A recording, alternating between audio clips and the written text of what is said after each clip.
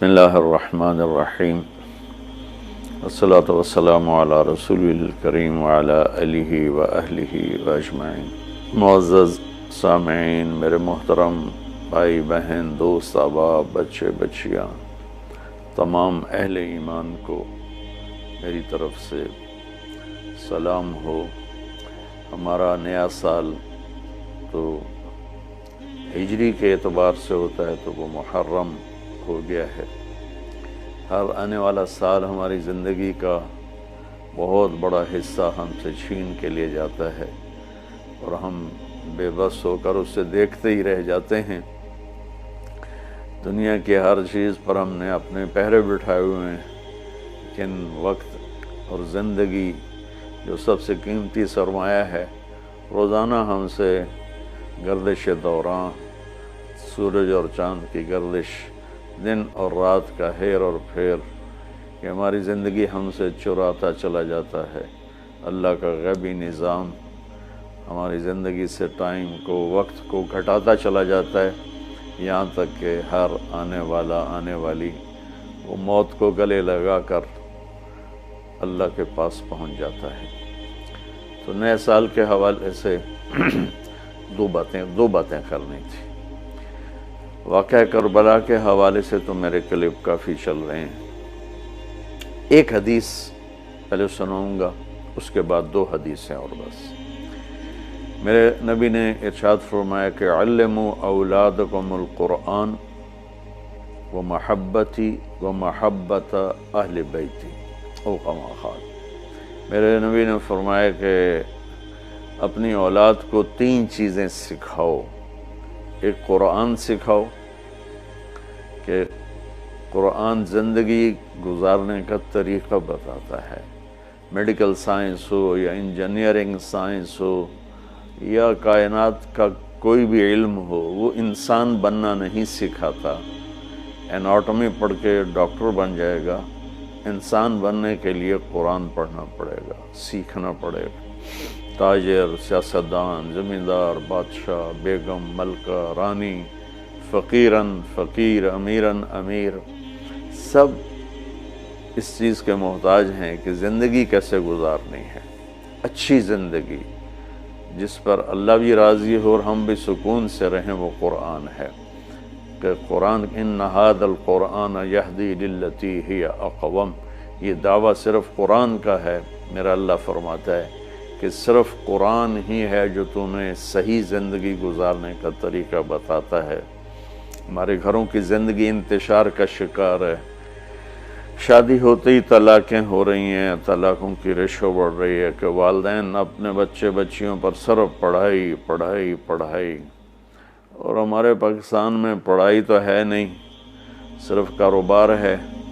تو بچے بچیوں کو پتہ ہی نہیں ہوتا جب شادی ہوتی ہے کہ زندگی کیسے گزارنی ہے۔ ایسے والدین کو بھی نہیں پتہ ہوتا کہ ہم نے اپنی اولاد کو کس بنیاد پہ کھڑا کرنا ہے۔ تو قرآن وہ زندگی بتاتا ہے جس پر چل کر ہر بڑا چھوٹا، بڑی چھوٹی خوشگوار زندگی گزار سکتے ہیں۔ تو آپ نے فرمایا کہ اپنی اولاد کو قرآن سکھاؤ۔ دوسرا فرمایا وہ محبت، اور میری محبت سکھاؤ، کہ آپ نے فرمایا لن یؤمن احدکم حتی اکون احب الیہ من الناس وولدہ ووالدہ اجمعین۔ آپ نے فرمایا کہ اگر تم چاہتے ہو کہ تمہارا ایمان مکمل ہو تو میری محبت اپنی ذات سے، اپنے والدین سے، اپنی اولاد سے اور پوری دنیا کے انسانوں سے مجھے سب سے زیادہ پیار دو گے تو تمہارا ایمان مکمل ہوگا۔ تو اللہ کے نبی کی محبت کے بغیر ایمان کامل ہو نہیں سکتا۔ اب محبت کا کیا پیمانہ ہے، کیا معیار ہے؟ ایک ہم نے بنائے ہوئے ہیں، مختلف معیار بنائے ہوئے ہیں عشق رسول کے، محبت رسول کے، لیکن میں وہ معیار بتاؤں گا جو نہ میرا بتایا ہوا نہ کسی اور کا، وہ میرے نبی کا بتایا ہوا ہے کہ اللہ کے رسول سے پیار کرنے والے ہوتے کون ہیں۔ تو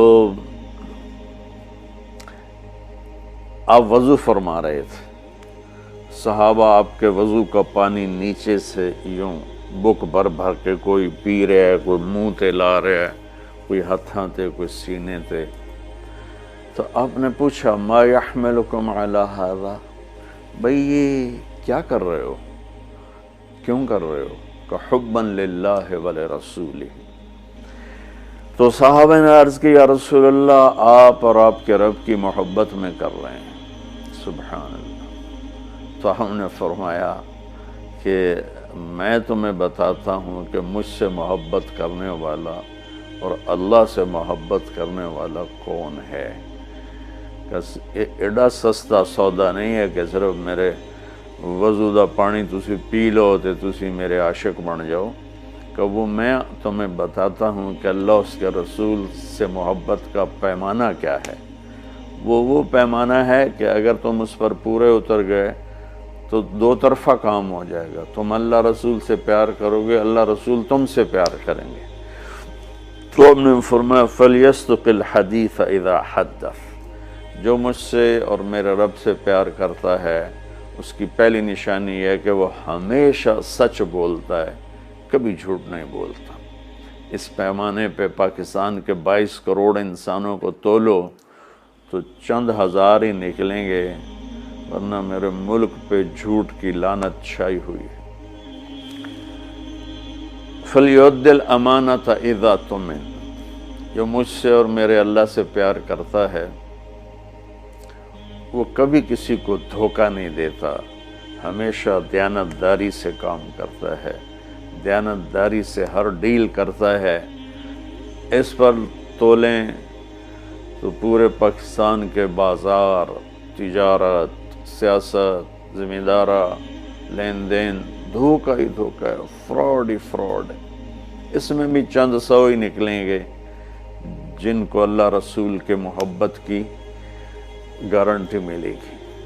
تیسرا فرمایا فَلْيُحْسِنْ جِوَارَ مَنْ جَاوَرَهُ، جو اللہ اس کے رسول سے پیار کرتا ہے وہ ہمیشہ پڑوسیوں کے ساتھ اچھا سلوک کرتا ہے، چاہے وہ مسلم ہوں، نان مسلم ہوں، چاہے وہ اپنے ہوں، غیر ہوں، اچھے لگتے ہوں، برے لگتے ہوں، وہ ہمیں برا سمجھتے ہوں، لیکن اللہ اس کے رسول سے پیار کرنے والے کی تیسری نشانی یہ ہے کہ وہ اپنے پڑوسیوں کے ساتھ اچھا سلوک کرتا ہے۔ یک طرفہ وہ تا کر دے نہیں، اسی کیوں کریے، انہوں سانو کدی سلام نہیں کیتا، اسی کیوں سلام کریے، وہ سانو کدی پچھڑ نہیں آئے، اسی کیوں پچھڑ جاویے۔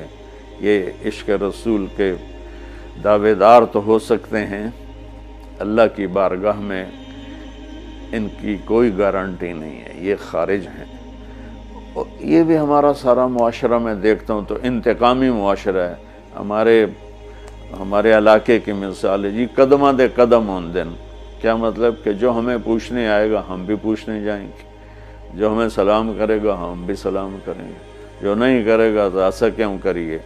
یہ میرے ملک کے اخلاق یہ ہیں، اور میرے نبی فرما رہے ہیں کہ مجھ سے محبت کی تیسری نشانی یہ ہے کہ وہ یک طرفہ ہو کر اپنے پڑوسیوں کے ساتھ اچھا سلوک کرتا ہے۔ تو اس حوالے سے نیا سال شروع ہو رہا ہے، ہم قرآن سیکھیں، اللہ کے نبی کی محبت سیکھیں۔ تیسری چیز فرمائی وَمَحَبَّتَ أَهْلِ بَيْتِ، اور اپنی اولاد کو میرے اہل بیت کی محبت سکھاؤ۔ سبحان اللہ، اس کے بغیر نہ ایمان مکمل ہے، نہ زندگی مکمل ہے، نہ راستہ طے ہوگا۔ کہ آپ نے فرمایا غدیر خم کے موقع پر جب آپ حج سے واپس تشریف لا رہے تھے کہ میں تم میں دو بڑی بھاری چیزیں چھوڑ کے جا رہا ہوں، اگر ان کو مضبوطی سے پکڑ کے رکھو گے تو کبھی گمراہ نہیں ہوگے اور مجھ سے عامل ہوگے۔ خلاصہ کے طور پر ایک میری کتاب اور ایک میرے اہل بیت۔ تو ہم نے قرآن کے ساتھ بھی ناانصافی کی ہے اور اہل بیت کے ساتھ بھی ناانصافی کی ہے۔ درد سے کہہ رہا ہوں یہ بات، میں فرقہ واریت سے بالا تر ہو کر یہ بات کر رہا ہوں کہ ہمیں اگر ان کے گھرانے سے پیار نہیں ہے تو وہ کیا ایمان ہے اور کیسا ایمان ہے۔ تو اللہ اس کے رسول نے جو محبت کی نشانی بتائی ہے وہ بھی میں نے بتا دی، اور جو اللہ کے نبی فرما رہے ہیں کہ 3 کام اپنی اولاد کو سکھاؤ: قرآن، میری محبت، میرے اہل بیت کی محبت۔ تو آؤ بھائی، ہم اپنے ملک کے لیے بھی ایک اچھے پاکستانی بنیں، سچ بول کے، دیانتداری، محبت، ایثار، وفا، صحیح تولنا، صحیح بولنا، اور ماں باپ کی خدمت، بیوی کے ساتھ اچھا سلوک، اولاد کے ساتھ محبت، یہ سارے وہ چیپٹر ہیں جو اس وقت بالکل ادھورے پڑے ہوئے ہیں۔ اور صرف نماز پڑھ لینا اور حج عمرے پہ زور لگا دینا بہت اچھی بات ہے، میں کسی نیکی کی قدر نہیں گھٹانا چاہتا، لیکن اور بھی دکھ ہیں زمانے میں محبت کے سوا، راحتیں اور بھی ہیں وصل کی راحت کے سوا۔ اسلام تو ایک زندگی ہے، یہ تو چند مختصر عبادات پوری زندگی پر تو نہیں ہے نا۔ اس لیے میری فریاد سنو اللہ کے واسطے، علماء سے بھی کہتا ہوں، خطیبوں سے بھی کہتا ہوں، اپنا مسلک پیش نہ کرو، اسلام پیش کرو۔ اسلام ایسی خوبصورت زندگی ہے کہ اس کا خریدار آپ کو ہر انسان بنے گا۔ آپ سن لیں گے تو آپ کا احسان ہوگا، اب کر لیں گے تو آپ کی دنیا بھی بنے گی، آخرت بھی بنے گی، ورنہ فقیرانہ آئے صدا کر چلے، میاں خوش رہو ہم دعا کر چلے۔ وہ جو گیت تم نے سنا نہیں، میری عمر بھر کا ریاض تھا، میرے درد کی تھی وہ داستاں جسے تم ہنسی میں اڑا گئے۔ السلام علیکم۔